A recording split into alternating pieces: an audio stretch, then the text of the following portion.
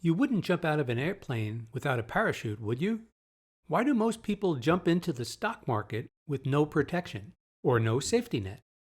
Well, it's true that when the stock market was doing nothing but going up, everyone looked like a genius. But then when the party was over and the market dropped 20 or 30%, a lot of people lose a lot of money. And you don't have to.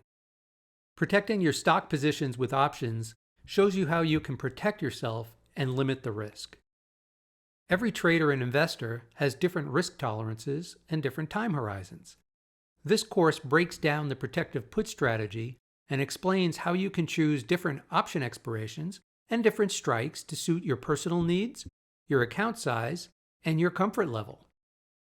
This course covers trade setups and ideas for stocks that are breaking out and also stocks that are range-bound. The protective put strategy will help limit your risk in either case. I'll also show you how dividend stocks can boost your returns and how to be careful with implied volatility when you're setting up the positions so that you don't overpay for the options that you're buying. I've heard many people describe options as risky, confusing, complicated. When I was young, my parents said, "Don't touch the stove."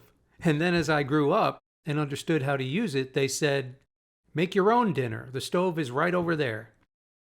So what was once very risky became a tool to make my dinner.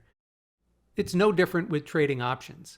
Once you have the education and understanding on how to use options to your advantage, your perception of them will change too. Using options properly can reduce risk and give you the peace of mind you need to trade the current markets with an edge. Let's get started.